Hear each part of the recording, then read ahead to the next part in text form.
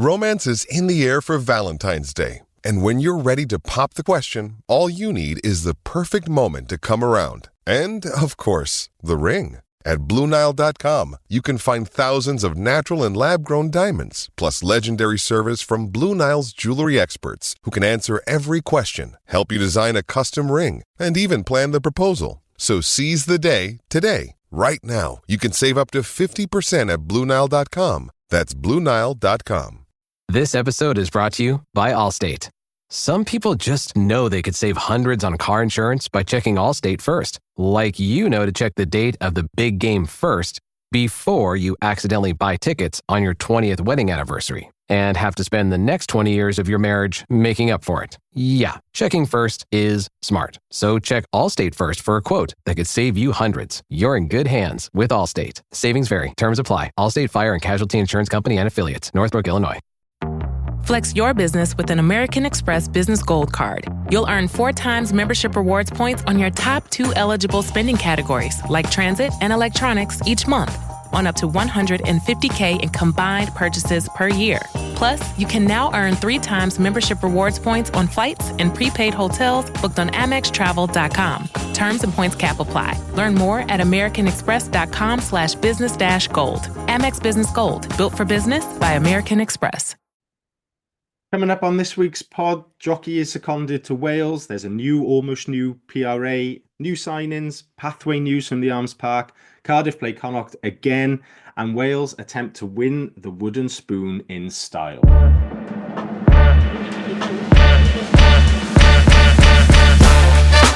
You're listening to the Cardiff Central Podcast. Hello and welcome to this week's Cardiff Central Podcast. My name's Dan. We're Harleyless this week, but I'm joined by Frazier. Frazier, how are you? Yeah, not bad. Thanks, Dan. All good. A week off, and we thought it was just going to be a sort of run-of-the-mill podcast, catch up on Wales stuff, and then look ahead to the Connacht game for Cardiff. But as ever in Welsh rugby, it never stays calm for long. So this afternoon, as we're recording on Tuesday evening, it was announced that Warren Gatland has officially parted ways from his second stint as head coach of Wales by mutual agreement, according to the Welsh Rugby Union and Abby Tierney. And it's a certain Matt Sherratt who's going to step in as interim head coach. He's going to step away from Cardiff after this weekend's game at Connacht, so he's going to head out to Galway with the lads and then join up with the Wales squad at the Vale Resort on Monday and take charge of the last 3 games of the Six Nations before coming back to Cardiff for the run-in. Wales obviously 0-2 so far, lost 43-0 to France and then 22-15 against Italy on the weekend for a 14th straight test defeat. Fraser, sort of general reactions, I guess, to Gatland's departure and then Jockey stepping in. I think it's a little bit surprising Gatland leaving midway through, and then the whole financial fandangling about that, and whether he's on gardening leave, is he officially sacked if they spent the $2 million to get rid of him, or whatever the rumors about costs and stuff. But I mean, that Italy match, we might go into it later, was fundamentally depressing to watch, and it just there's just no green shoots, and you're watching every match and things getting worse. So it was becoming somewhat untenable, I suppose. And I don't know, why would you want to watch Wales? Is that kind of you're not expecting anything different from the week before, or that difference is going to be worse? So I think I'm pretty pleased with Jockey come in. Obviously, I think that's a really sound appointment. Actually, he's obviously been involved with the Wales setup before previously, and when he came in to Cardiff, we were really low ebb and really backs against the wall, kind of the world's all against us, and he managed to galvanize a squad and get a good feeling going at Cardiff, and that's obviously still going. And there was the fans are really galvanized at Cardiff, and I think he played obviously a big part in that. So I'm hoping that he can do a similar thing with Wales and just get them to feel good about playing rugby, maybe. Just I think he mentioned about just trying things if they're on, having a bit of fun, and just changing the mindset, because obviously tactically he's not going to probably be able to implement much.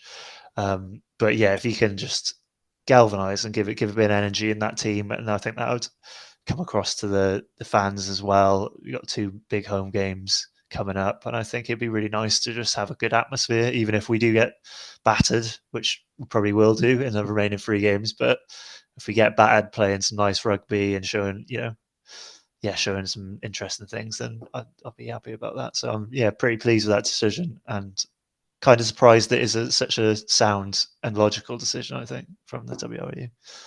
Yeah, they're slowly, very slowly, and on surface level, making a couple of wise decisions, mostly to sort of get themselves out of messes that they've made themselves. But but at least they're doing something about it eventually, I suppose. From a Cardiff point of view, I think probably some fans' natural reaction might be sort of piss off and don't want that, like leave the Wales to sort themselves out. But I think for Jockey, obviously, it's a great opportunity to go and experience being a head coach at test level for a couple of games. He was quite clear in the press conference this afternoon at the Vale that it is just 3 games. He's no interest in the job permanently, and that he will be coming back to Cardiff. It's his first head coach role, and he's just signed a long-term deal here. And then from the club's point of view, you don't want to like stand in the way of Jockey having that opportunity. It's good to get in with the WIU a bit as well. So yeah, I think that's obviously, whilst not ideal to see a head coach go in the middle for a month or so in the middle of the season, it is still a relatively positive outcome to a not ideal situation. We had a few comments. Gareth Rees-Collins on Blue Sky asked what Cardiff coaching team is going to be for the next 2 to 3 games. So as I mentioned, Jockey is coming out to Connacht on the weekend. He held training on Tuesday and will take training again on Thursday, and the team run on Friday before going off on Monday. And then it's just the Leinster game that's impacted then in the second Fallow Week of the Six Nations. And the remaining assistant coaches, so Gethin Jenkins, Cornel Van Zyl, Scott Andrews and Johnny Goodridge will sort of juggle it between them. I suspect, Jockey's not exactly far away at the Vale, really, so we still have a little hand in the week and selection here and there, I'm sure, as well. And then there's some good comments. Simon on Blue Sky says, can Jockey release all our players back for the Connacht game? CF10 said, is it too early for Jockey out? But a couple of comments. Ben on Twitter, Richard Hedges on Twitter as well, and Simon went on to ask this as well. Do we think he adds anybody to the squad? Obviously, names that were left out initially: Max Llewellyn, Gareth Anscombe, Cam Winnett, as people like Jared Evans have been mentioned as well, with fly half a bit of a key position at the moment in the Wales debate. Do you see him coming in and doing that, or just working with the squad as is for now? I think, might make one, maybe at fly half, I can see him bringing someone in just to bolster that, because it was a mad decision in the first place, I think, to rely on, obviously, Ben Thomas and Edwards is like the only 2 fly halves in the squad. So I think I could see him maybe drafting in someone like Anscombe or Jared Evans, probably more likely Anscombe if he's available. But I think he's probably not going to tinker too much with the squad as it is. It'd be nice to see someone like Winnett given a chance and coming back into the team, but I think he needs to, really focus on the players that are there at the moment and galvanise them instead of creating more upheaval, which might be confusing and also like demoralising for those players who maybe like leave the squad or whatever the situation is. I think it would be a good move if he just stuck with the players he's got and just work with that. 3 games, he's not expected to, change everything. And just kind of galvanise the players that are there. I don't know. What do you think? Do you reckon it's worth bringing anyone in, or? No, I'd agree. I like sort of generally you'd love to see like a Max Llewellyn come in and start 13, but Jockey, he's not going to come in and immediately just point to players and go, "You're shit, you're shit, you're shit," and we're not picking you anymore. And I think if we're perfectly honest, like, Max Llewellyn probably should be starting at 13, and Anscombe would offer more control. Is that going to be the difference between winning and losing against Ireland? Probably not, let's be fair. So, Jockey's one role there is just to get the lads who are in that squad enjoying their rugby a bit more. And the players there are much better than they're playing. Everyone agrees, I think, that Gatland was not getting that team to perform to the sum of their parts.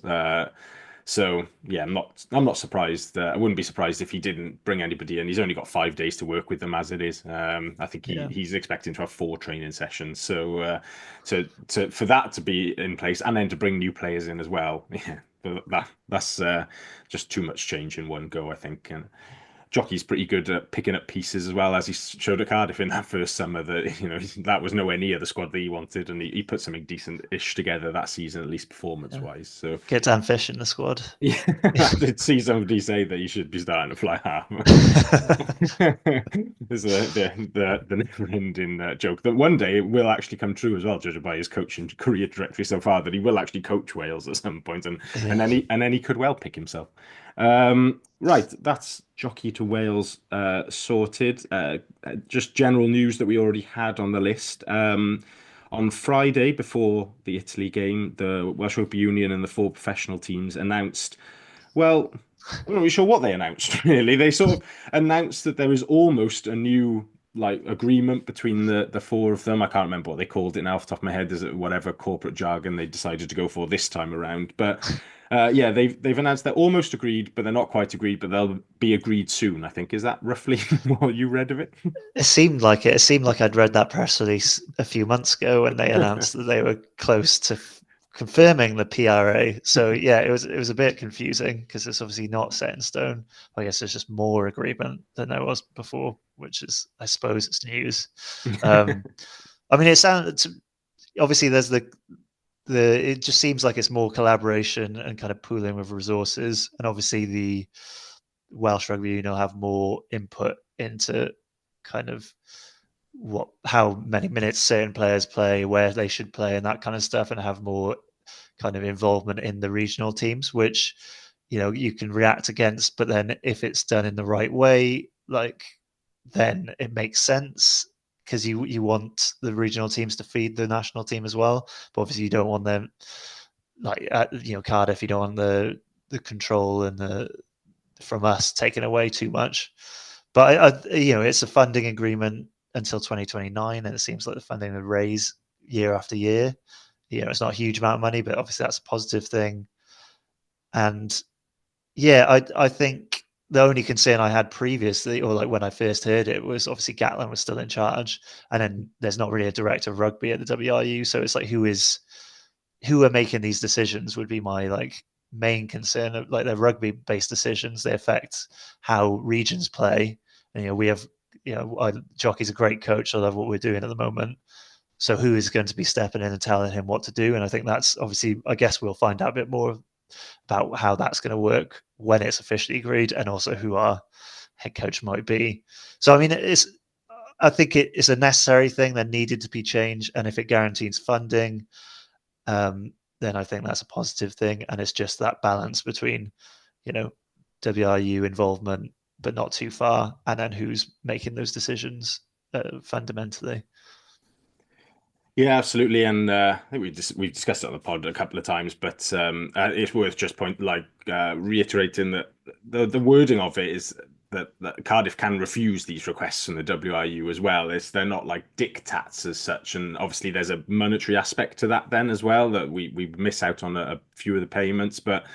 If Cardiff are able to budget on the sort of basic 75%, and then we can choose whatever we do then. If the request is reasonable, then we can adhere to it. Otherwise, we can tell them where to go, and that won't harm us financially. That's fine. I know Richard Holland is committed to doing a supporter Q&A once it's actually signed and completed, whenever that may be. Sounds close-ish at least anyway. So it'd be good for him to do that and to answer questions, which I think a lot of supporters will certainly have about exactly what it means for Cardiff and our independence. But yeah, hopefully it is as is written rather than reported. I think the reporting has been a bit sensationalized around the WRU. The WRU are coming and they're taking your money and your wives and your children. But actually, it's just it does seem on the surface of it a little bit more sort of joined up at least. But yeah, you're right that it does make a difference who's in charge, and if they're on the same hymn sheet as certainly the regional coaches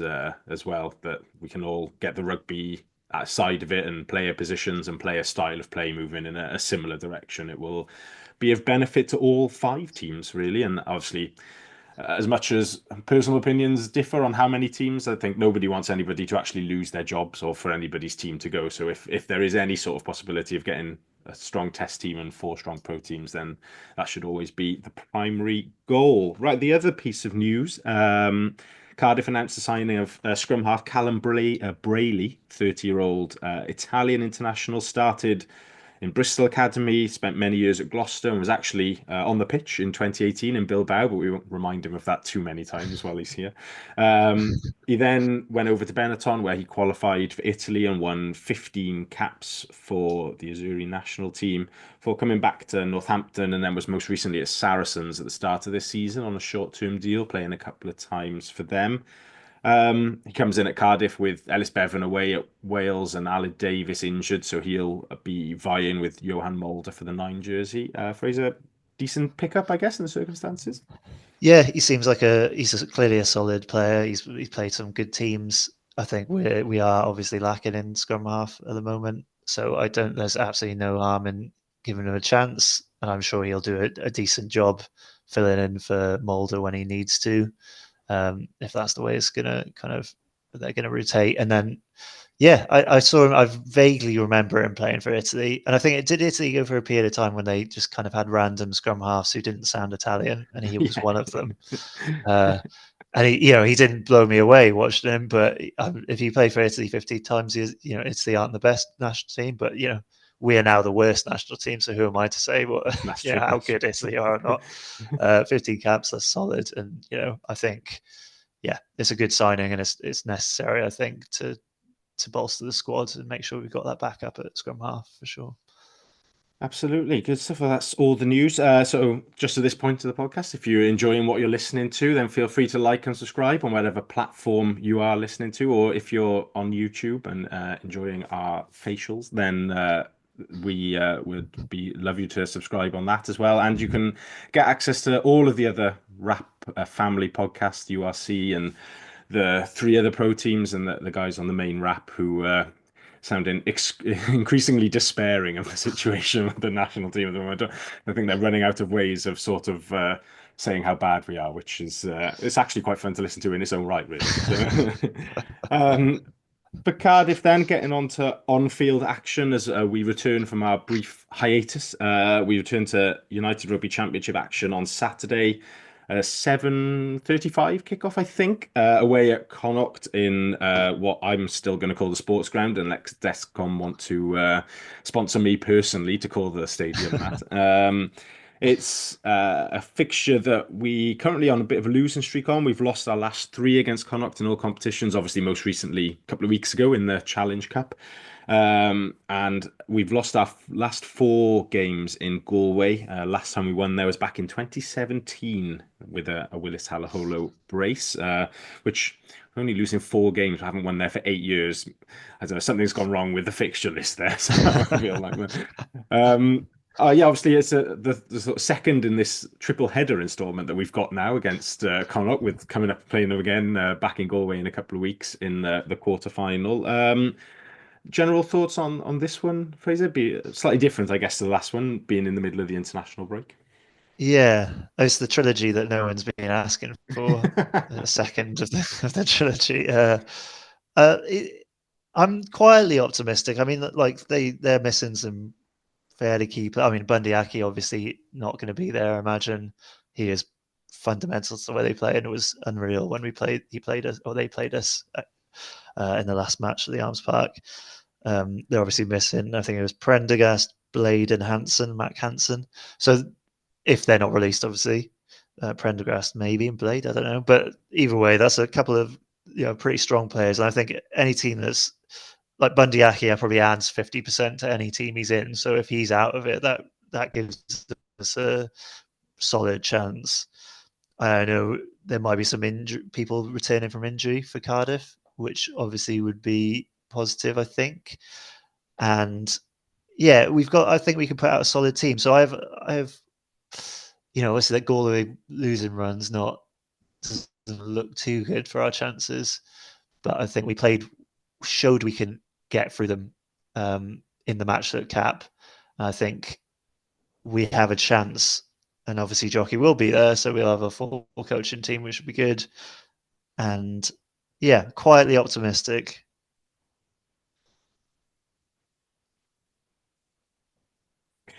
Yeah, so just to do sort of team news generally, as Fraser mentioned, Finley Bealham, Bundy Aki, Mac Hansen, Cian Prendergast, and Caelan Blade are in the Ireland squad, and then they've got Ben Murphy and Cathal Ford as, I don't know what they call them, like development players or something like that, like clingers on. So yeah, I think you'd expect Bealham, Aki, and Hansen to be unavailable, with Prendergast and Blade, Murphy and Ford possibly available. Cardiff then. Uh, as things stand, we believe the injury list to be Domachowski, Ed Byrne, Liam Belcher, Ali Davis, Tina Stabia, Mason Grady, Ewan Stevens, Theo Cabango, with Kieran Azarati, Evan Lloyd, Teddy Williams, James Botham, Talupi Falatau, Ellis Bevan, Ben Thomas, and Josh Adams all on Wales duty. A question mark over what on earth has happened to Louis Hennessy, who never actually seemed to come back after that one game. I haven't seen him in training or anything, so just assume that he's just never came back from Bath. Really, they just kept him forever. I haven't kept up with their Prem Cup stuff, but I assume he's been featuring him in field for them the last few weeks. So maybe they didn't want to send him back on our bench and rather him play for their team in the Prem Cup. But the good news is that Ben Donnell, Gwilym Bradley, and Harry Millard have all been in training in the last 2 weeks and appear available for selection this weekend, along with Callum Brayley. So yes, like particularly, I think Donnell and Millard being back is a big boost to the respective positions, and for Gwilym Bradley, like just great to see him back fit again after just sort of injury after injury for him. But I wonder if he might maybe turn out for the Rags once or twice to build up some of that resilience to playing again before stepping into first team consideration. So team wise, where do you want to start, Fraser? Any position in particular? Should we start with the pack, or what I've got an idea of what it could look like? Go on. You run through your pack. So I'm thinking, what tight head? Probably Reece Litterick. Mm-hmm. I think would start. I think maybe give Ethan Daniel a start at hooker, because he's obviously come off the bench a couple of times coming back from injury. So maybe this is the time to give him a decent 50 minutes or something like that. And then Lou said obviously Domachowski's injured, so I think Barrett would come in, and he's been really solid in the games he's played. He looks kind of better and better each game he plays. So I'm looking forward to seeing him develop again. And then second rows, America, Josh McNally, obviously. I don't really need to say that. I'm thinking probably Seb Davis accompanying him in the second row, unless Jockey does release Teddy Williams, which would be nice. Yeah. I know. I'm thinking.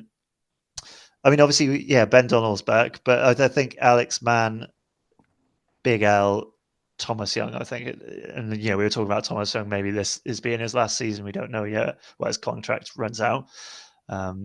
I think it would be, if he's fit, we got to play it, make the most of him. He's been a brilliant player for us, so I'd probably go for him over Dan Thomas for this game. Yeah, that's I don't disagree with any of that, to be honest, which isn't great for podcast debating or anything.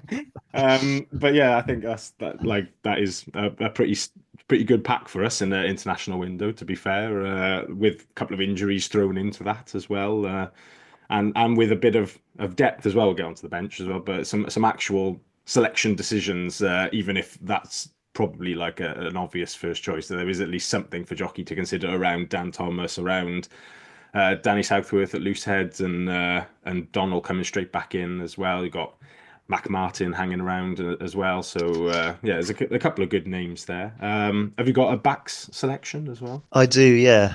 Johan Mulder. Yeah. I think as you mentioned at the last game he played, he kind of showed. I think he showed us that he's more than capable at this level.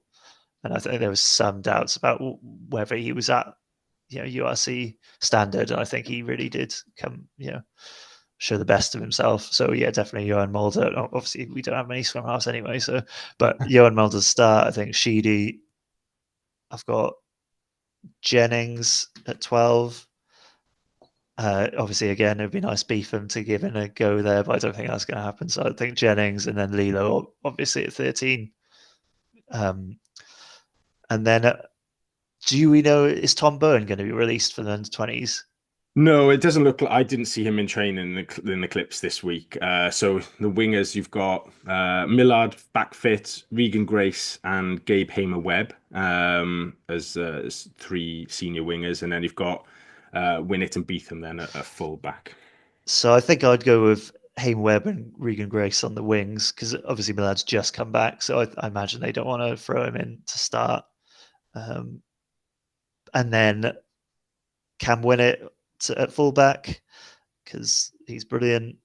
And I mean, I would love to see Beetham play, but it's kind of tricky to fit him in if, as we've kind of discussed. But yeah, I think that would be my backs. I don't know what you think about the wingers and whether you would bring in Millard to straighten the. No, I agree. I think we'll do the bench in a second now, but I'd probably put Millard on the bench for this one, where he can step in at centre as well if need be, and I think he'd be ideal for the 23 jersey probably for this one. I think my only like query maybe is like I'd love to see Beetham go into 12, but I agree is I think it's almost certainly going to be Jennings when the team's announced. But I wondered if they might put him at fullback for this one, just where. I just had a quick look at the weather, and it's not for Galway anyway. It's not too wet and it's not too windy, but I wonder if they're expecting it's still going to be like it will have been raining quite a lot, even though at the moment it's showing as dry on Saturday night, and there's always a bit of a breeze down there. If there's going to be quite a tricky kicking game, as good as Winnett is in the air, Beetham obviously is just naturally taller, and his big boots. So, but yeah, I think that's pretty much a 50-50 between those two as ever. So yeah, I'm happy to stick with Winnett in that one, and then obviously Beetham on the bench then as well. I'd have thought with the sort of lack of outside backs really available. So bench then sort of picks itself to a degree. Dav Hughes obviously the replacement hooker, Danny Southworth the replacement loose head, and Will Davis King the replacement tight head. I suppose the question for bench, if we're saying that Donnell is fit, is do you go seven-story Rory Thornton in the 19 jersey, or do you use Donnell as your second row cover and then have somebody like Dan Thomas or Mackenzie Martin or even Lucas De La Rua as your back row cover? What do you think on that? It's tricky.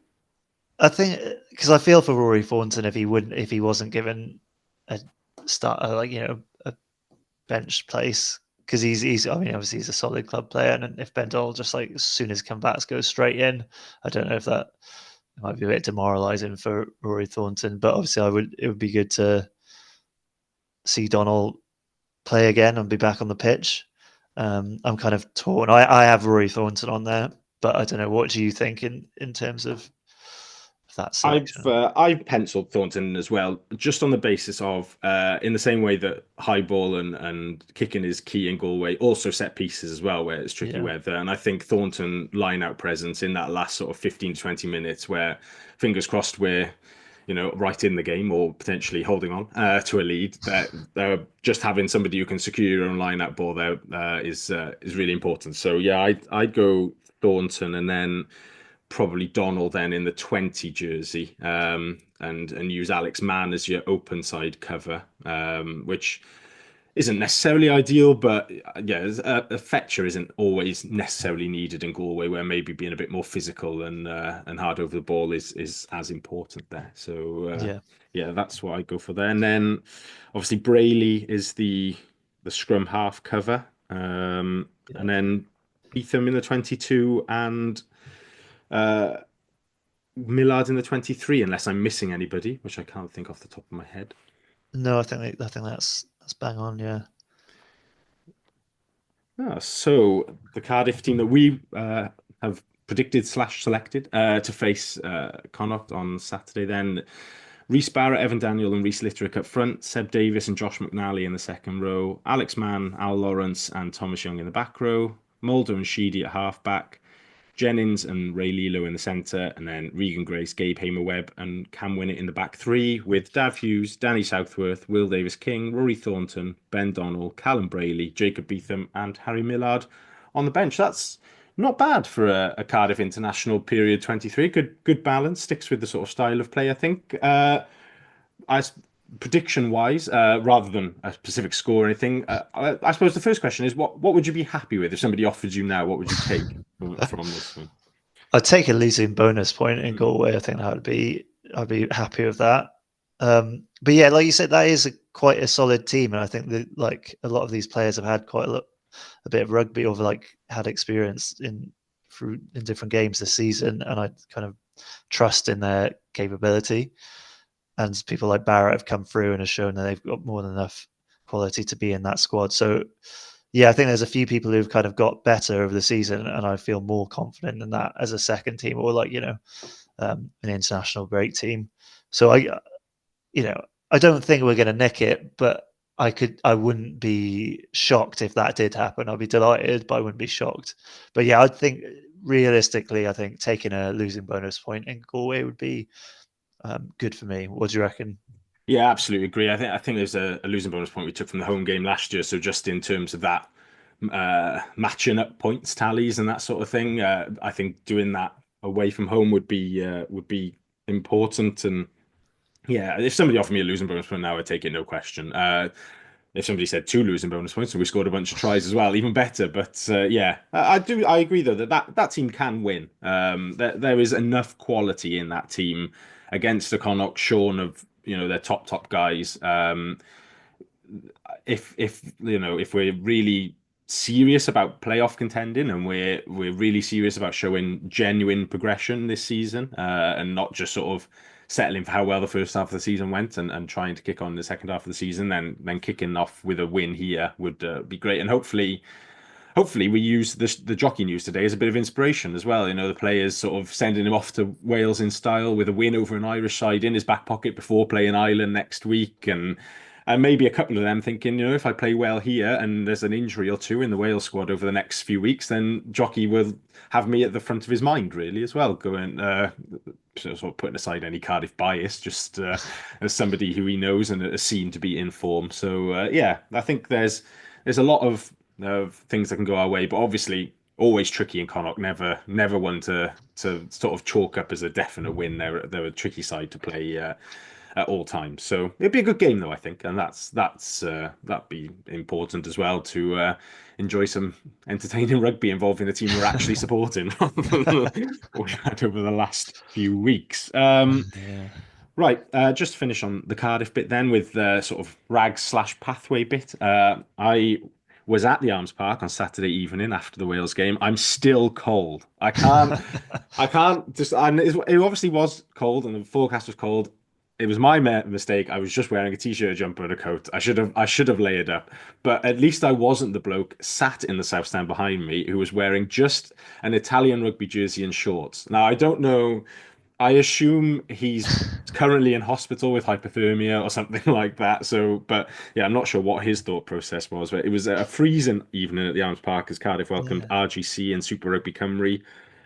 We lost to them the week before in the cup, but welcomed a few guys back. A couple of academy guys in Joe Cowell and Lucas de la Rua coming in, which helped, and the experience of Jason Harris in the centre as well.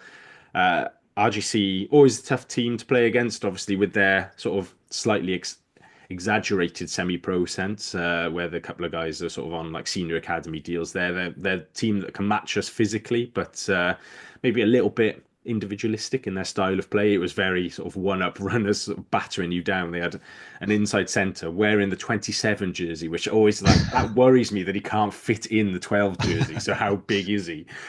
Who was just, I mean, he looked like an 8 who just turned up to play in the centre. But Cardiff dealt with them very well, to be fair.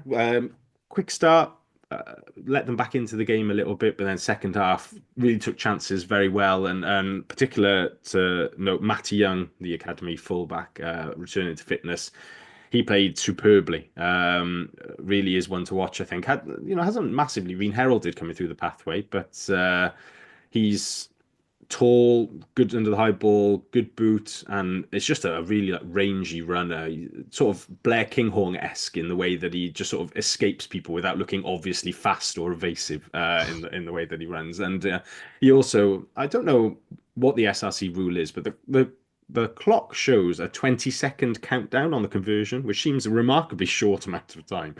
But Cardiff scored a try in the right-hand corner, and in the process, Josh Thomas, the fly half and goal kicker, got absolutely nailed whilst giving the last pass, and has got no breath left in his body at all.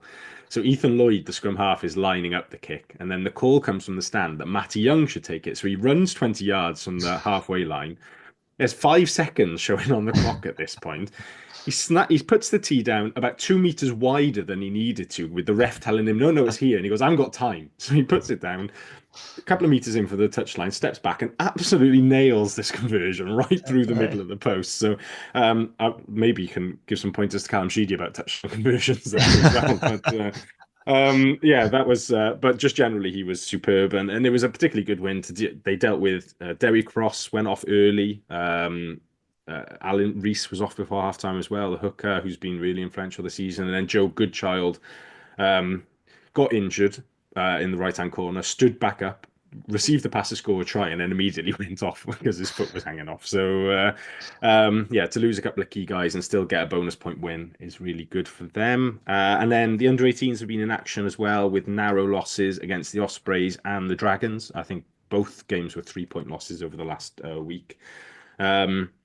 As I said before, it's not always about results at that level. If you look at the team that played the Ospreys in particular, it was missing a bunch of guys who were involved with the Rags and a couple of injuries as well. I think they've given everybody in that squad a bit of game time, so that's important for seeing who is going to be the next players coming through off the rank. And I noticed the club have been announcing a couple of very young guys, sort of 15, 16-year-olds on scholarship deals as well the last few weeks, which is good to see that the sort of new appointment who's dealing with that transition phase, 14, 15, 16, and the sort of long-term planning of the academy is kicking in well. And hopefully these guys can, in a couple of years, be knocking on the door of the first team. So good stuff pathway-wise. Cardiff are playing again this weekend. I think it's back to cup action. We're now top of the league, right? The Super League are we technically top of the league? Is that correct? I think we might be, yeah, with other teams with game in hand, I think is the asterisk. You got to celebrate the small victories. Yeah, we'll take it where we can, but we're certainly, it keeps us right in the hunt, certainly. Cardiff's next game is this weekend away at Bridgend, Saturday afternoon at 2:30 kickoff at the Brewery Field. So get along and support them if you fancy a trip to the brewery. Right. Finishing the pod then, this week, we'll brave the international action. As I mentioned, it's been a 43-0 and 22-15 defeats for Wales so far at the hands of France, and then Italy to leave us staring down the barrel of a second successive wooden spoon. I don't know, try and put a positive angle on it. Is there anything you've enjoyed from Wales over the last 2 games? Well, we scored 2 tries on Saturday, which is good. Teddy Williams came on, and he looked pretty solid. He looked good. Well, he was part of the resurgence in inverted commas that made it, brought us back within 7 points. I think Wainwright, when he came on against us, he looked really. It looked like back to that kind of Australian the summer. Like he looked like a world beater. So I mean, there's glimmers. Well, they're really small glimmers of hope, really. Falatau didn't get injured. That's never positive. That's where we are. Yeah.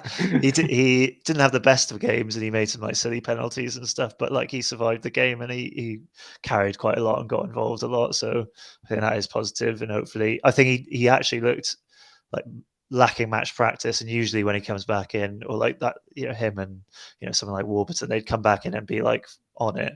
I think he looked a bit slow and off the pace. So hopefully against Ireland, he's got a couple more weeks to build that fitness and, touch wood, not get injured.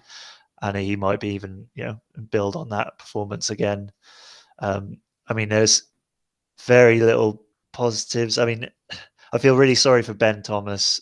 I think he's been given, a really poor situation to deal with, because the way we were playing is kind of confusing to watch. And I don't know what his role was. His kicking wasn't great, and he didn't play well against Italy. But the way he was put into situations that he had to make decisions in, and then what were we planning to do on phase plays and stuff like that, is I know there was that one, I don't know if you've seen the video of him receiving the pass off, I think it was Tompkins, and getting tackled immediately. And then you can see him kind of like, shouting at Tompkins, like, what the fuck are you doing? So yeah, I felt pretty bad for him because he is a brilliant player at 12, and I'm sure he could be a really decent 10. I don't think that's beyond him. But if you're putting him in that situation and not having a cohesive attacking plan, or whatever the cohesive attacking plan they had was clearly like, it's like a plan that was made by like a sixth form team in like 2007 or something like that. It's like so dated, and the way they play is just so predictable. It's kind of like crazy that we're doing it. So it's very depressing. But I mean, I know the main uptick is that obviously Jockey's coming in, and I'm going to that match against Ireland in a couple of weeks, and I think there will be a better atmosphere. And regardless of the result, I think we will probably get battered. Ireland looking really, really solid. Well, better than solid. They're looking really good. Even if we do get battered, I at least think there'll be better play from the team in general. Maybe taking a few risks, seeing some intricate passing. I don't know, and just like being allowed to play with some freedom and maybe a little bit more positivity in the group. So I'm looking forward to seeing what impact Jockey can have. As we know, he can make a big impact on a team at the end of their tether. So I'm looking forward to seeing that. But I don't know, what do you think? Have you seen any glimmers of hope in that? No, nothing. To be honest, I just on the Ben Thomas stuff. There's there was a few comments, and I'm after the game on social media, and I get that like fly half is a key position. It's sort of like quarterback-esque, and everybody talks about quarterbacks and stuff after the Super Bowl on Sunday and that. But and particularly in Wales, the 10 jersey has such a thing around it, so many legends, so much history there. But I just think that people sort of going out of their way to criticize Ben Thomas on social media and saying, we have to start with Dan Edwards and stuff, is a bit like sort of sitting in a lifeboat watching the Titanic sinking and going, well, I didn't really like the wallpaper in the dining room, to be honest. Like, unless you're like, there is no 10, and Dan Edwards, there's one, but I'm talking like even like prime Anscombe, prime Stephen Jones or James Hook or anybody like that. No 10 of the past 20 years, other than maybe Dan Bigger, who had a very special talent for doing this, that could play behind that pack on such back foot ball and sort of do anything. And you're right, the attacking game plan is I mean, Rob Howley has obviously had this idea for like 2 pods in the middle, and I think there's a clip of Ben Youngs explaining it very well of what they're doing, sort of going back side to side, and that's his plan, and that he's sticking to that plan. Like that, this is the plan I made once, and we will not be deviating from this. So yeah, you're right. Ben struggled, but any 10 would struggle there, other than Bigger, who had this sort of innate ability to look decent off back foot ball, which made him such a special player. And we're not going to produce Bigger all the time. There wasn't any other 10s around even when Bigger was playing who could do that. I challenged even a Bowden Barrett or Dan Carter to sort of play behind such a well-beaten pack and make something out of it. So that's my general Ben Thomas take. But yeah, I mean, the only thing I would say is the defense has had a bit of criticism. I actually don't think it's been actually that bad as such. There's been no obviously easy tries, like some of the French ones. There's a lot of space for those cross kicks in behind, but when you're being so badly beaten up front, those spaces will appear, and I've sort of got question marks about how Dupont gets so much space with those forwards that stand in front of him, and in my mind obviously obstruct the defensive line from getting to him. But I just think that the issue with the defense has been we're just doing way too much of it. That's really it. If you're going to be defending for that long in games and be without possession and giving possession up in such good position of the field for the opposition, they will score points. That's just the way it goes. But I think shape-wise, it's been all right, and you can't fault the commitment of the players at all, despite what is obviously not a happy camp, and they're not receiving the level of coaching they should be at a test level. They continue to go out, and Jack Morgan obviously epitomizes just the sort of never say die attitude that those guys are putting out there. Some of the numbers have been quite remarkable from Morgan in particular, but from all of the players really. So that's the one thing I would say. But yeah, Jockey, as you said earlier, he's not going to be able to work wonders tactically and stuff. But if he can empower the players to play it as they see it a bit more, to uh, show off some of their skill sets, to not worry too much about rigidly sticking to any. Maybe that's the tactical overhaul, is to just sort of not put too much tactics on them and take stuff off them and just let them play a bit. And yeah, they'll make mistakes on the back of it, and there might be an intercept, or there might be sort of cheap possession given up, but at least they're trying something rather than 2 or 3 phases of being battered behind the gate line and then just kicking the ball away for no apparent reason. So yeah, that's what I think.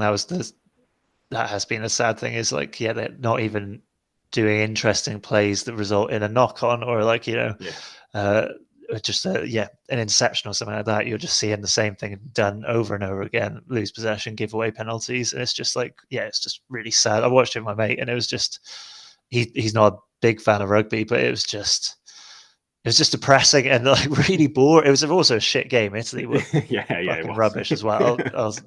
They should have beaten us much more soundly. The amount of penalties we gave away in that, like from 40 to 60 minutes, we seemed to just be like, I think we gave away a penalty every time we get the ball, or it was just madness. But yeah, hopefully they'll have a bit more freedom to try things, because I think that the idea that, I think the players are good enough, there are good players in that squad, and they should be playing better than that based on their ability. It's not because they're not good enough and they can't do certain things, or they've got limitations in their play. They're all world beaters. They're not like, world class players, all of them. But there's enough quality in that squad, even with the selections that Gatland made, that you might question, that you can do better than that for sure, and like come up with some good tries and good plays. I think that I have faith in the squad as players, and hopefully, Jockey can get that out of them. do you think with Ben Thomas, obviously we'll stick with him as the Cardiff angle, but uh, just sort of general selection wise from Jockey as well, does he sort of bring in the selection that he's spoken about before with Cardiff, and so therefore does Ben Thomas shift to 12, and then maybe you see a Joe Roberts or even an Eddie James potentially outside centre? It's not somewhere he's played at senior rugby, but he pretty much exclusively started there for Wales under 20 when he was at that level. So it's sort of, does he like copy and paste that? You've got your 10, who's your playmaker, you got your 12, who's your football in 12, second playmaker, and then more of a strike runner at 13? Or is that just sort of too much of a risk and maybe too exposed defensively? So he goes a bit safer and sticks with an Eddie James at 12, and then maybe like a Joe Roberts at 13, as who is actually at 13, rather than like trying to stuff Nick Tompkins as a square peg in a round hole. Yeah, I think he might go with Eddie James, because I think because Ben Thomas can play at 10. I think, and Jockey must knows that, and I don't know how good. I don't. It's tricky, but yeah, I think maybe stick with Eddie James. He can play. He's got good hands. He's got a good kicking game. He's not a Ben Thomas, but he's got the capacity to do a bit of footballing skills at 12. And trust in Ben Thomas. It'd be nice to just like show that we have faith, and there could be a future at 10 if he wanted it, if he really focused on it, because it would feel quite a sad thing to do, to just take that off him, and you can't do that, because Dan Edwards is still so young, and it's like you're replacing Ben Thomas as someone who's like got such little experience at international level, and that.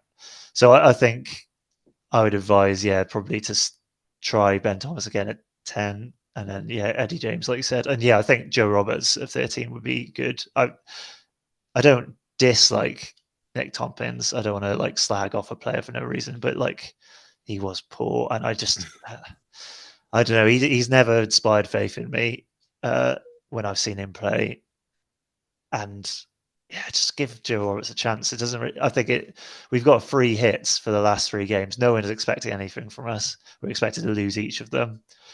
Why not? Give Joe Roberts a chance at 13 and like experiment in that sense and see what he can do. Because I don't see any harm, and I don't see the point in giving. We know what Tompkins can do. There's no discovery there. I agree, and I think with Eddie James staying at 12 as well, like we'll obviously discuss the Ireland game next week and stuff, but Sam Prendergast was great against Scotland on Sunday, with ball in hand, looked really good in that game. But I think it was 5 missed tackles. He's finished with his stats was. So, I mean, if I was jockey and or slash whoever's going to be running the attack, depending on who his assistant coaches are, I think my first play of the game would be sending Eddie James straight down Sam Prendergast's channel and really testing out what his defense is like there. Because Eddie is obviously a very large individual, as well as having a good set of hands. That's what he does have over Ben Thomas in that 12 jersey, that he is a very physical ball carrier. So the other question then on Wales is the jockey made it very clear that he was coming back to Cardiff afterwards. So with that still being a vacant position then as Wales head coach, is anyone you particularly fancy who they might be able to get after? Because I think just generally, obviously it's a shit show at the moment. Like, Welsh rugby is awful, and the Welsh Rugby Union is not particularly covering itself in glory at every opportunity. But it is still a tier one head coaching job and a head coaching job in the Six Nations, and they don't come around particularly often in this sport with such a small pool of real top nations. So there is still that element of attractiveness for a coach, I guess, and who might see a rebuild and some talent coming through. So yeah, is there anyone you fancy in particular? I think firstly I'd try and avoid Michael Checker or Eddie Jones. I don't think it don't go hark back to those kind of world class coaches of before. No, I have nothing against Australians, by the way, but I would be a bit. Yeah, I would be disappointed if that was the way route they were going to go down. I think, like you said, I think it's a really attractive proposition. You're going to get paid a lot of money. Wales are in the doldrums, so there's still money enough to pay a good coach to come in. You're starting at zero. There's the expectations have been crushed into the ground. We've probably going to get 2 wooden spoons. So you come in from a really low base, so you can only improve. And yeah, there is a good players in there, and I think with hopefully with the changes in the PRA and the shift in the WRU, you're seeing in the future, the next couple of years, there's going to be a more positive outlook in Welsh rugby, touch wood. So I would, obviously seeing someone like Ronan Ngara would be really fun. He's already said he doesn't want it, but that people say stuff like that all the time. It doesn't isn't necessarily true. Not for now, but I've always, and this might be sacrilege because he's the coach of Ospreys, but I've always been impressed by Mike Jones as a speaker. When I've heard him on Scrum 5 and he's been around the world with coaching, I think he's someone in the future maybe to reach out to. But again, surprisingly, WRU has mentioned Franco Smith and Simon Easterby.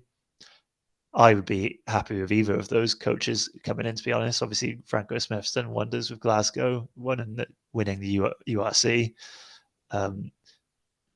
Playing good rugby. Simon Easterby has obviously been a part of the island setup for years, and then has coached in Wales, and I think he lives in Wales. I found out today, which I didn't know. But giving Simon Easterby a chance would be really interesting to see how he can utilise this, the learnings he's had with Schmidt and now Farrell. That's quite an exciting prospect, and then he'll obviously put his own take on it, which I'd be that would be really exciting. If Simon Easterby got the job, I would be quite excited about that, even if he's not a big name or anything like that. But I don't know, have you got any people you got an eye on or think would be a great appointment? I agree with exactly 100% agree what you say, that we need not necessarily a younger, but certainly a more modern, forward-thinking coach. That has to be picking somebody based off past successes, particularly Eddie. That time has come and gone now. It's definitely somebody who can demonstrate success, very recent success, and a style of play in that as well. I generally an attack-minded head coach. Just sort of the way I like to see it set up is somebody who's a bit more attack-minded there, and then they have a very good defense coach with them. So I think Franco Smith would be perfect for that. Like you said, that Glasgow team have played really well. He's had international experience before with Italy. Seems like he probably will be available come the end of the season. I think there may be a feeling from him that he's probably taken that Glasgow team about as far as they can go, and that it's time for something new there as well. So that would be interesting. But I certainly wouldn't be against Simon Easterby if he brings them with him. If he gets the attack coach, because he's more of a defence guy. If he gets that attack coach appointment right and is happy for them to sort of run that and rather than making us too overtly defensive, then yeah, his CV is great and yeah, he is lives in Wales. He's a current father of a Cardiff under-16 South player. His lad is in the squad this season, as him and Sarah live in the Vale, I think, so he was in the Vale school squad earlier in the season. So I don't know whether that would help us at all. I feel like I would just refer to him exclusively as Cardiff under-16 South parent Simon Easterby as Wales head coach. Yeah, there's loads of interesting names. I think even somebody who's a little bit older but has still got a good track record and is a sort of progressive coach is like a Jamie Joseph from New Zealand, and a good job with Japan. Pat Lam is spoken about quite a lot, being quite close at Bristol. I don't know whether he would leave Bristol, and obviously a lack of test level experience there would be a bit of a question mark. But certainly the way Bristol play, I think, would suit some of the players that we've got coming through the pathway, with a sort of less about all-out physicality and more about high skill level and tempo that you're playing at. So yeah, it's actually a good time to be going to the market, I think, for the WRU for a head coach. There's lots of good options out there. Lots of people, there hasn't been much coaching changes at that tier 1 level for a while. Teams have had the same coach since at least the last World Cup, but even during that cycle, France, Townsend, Farrell, they've all been there for quite a while. The New Zealand ones are quite scripted in who's coming next. They've always got somebody in the pipeline, so there's not much of an opportunity for that job. Obviously, South Africa, we've had Rassie Erasmus for a long time as well. So yeah, there hasn't been much opening other than the Australia job and now us for a little while. So there's definitely guys there who will be chomping at the bit to step up, I imagine. And fingers crossed the WRU roughly follow what they've done with getting Jockey in interim and getting Sean Lynn in as the Wales women's coach and make a smart appointment. But I think the other thing just to say then as well is that Abby Tierney did mention, and the media mentioned it to her in a press conference today, that the director of rugby role is as important for Wales to get right as the head coach, getting somebody in who's going to oversee all the pathways, the joined up thinking, get the regions and the national team in on the same page. Somebody who can properly hold the head coach to account and give proper advice on rugby stuff to Tierney and really work with that performance department at the WRU. That is as important as the head coach coming up, I think. So yeah, that's the Wales stuff generally done, I think. Unless you've got anything else you would like to add at all, Fraser, or Wales or anything? Do you think Sam Parry will now get a game now that Gatland's gone? It's will like, he get a chance? Do you know when they switch American presidents and there's a note in the Oval Office drawer from the previous president, like Jockey sits down at the Vale on Monday and opens the drawer and it's just Sam Parry's a knob, love Gats. But I mean, I did see somebody mention that there might be an element of awkwardness for Cardiff players, because you look like Evan Lloyd. He's been chucked into a real tough situation there as like an inexperienced hooker, and is like the line out hasn't been bad, and his throwing hasn't actually been that bad. It's some of the calling has been the main issue, but he's been tough going for him. Does Jockey coming in and dropping Evan Lloyd potentially harm the relationship there? And you'd hope not, but there's certainly, I can see him. You could see why he would go with the more experienced Ian Parry potentially for Ireland over Evan.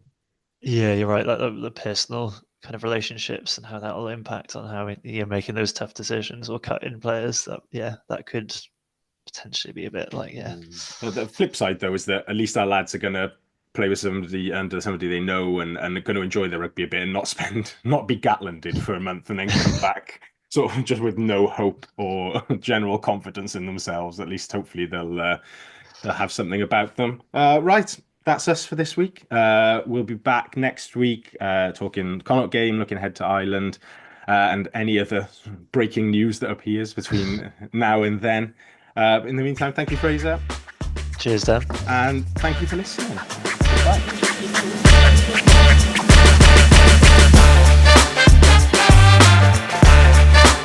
That was the Cardiff Central Podcast. Please rate, review and share us on socials if you can, and join us again next week for more of the same. And until then, enjoy your rugby.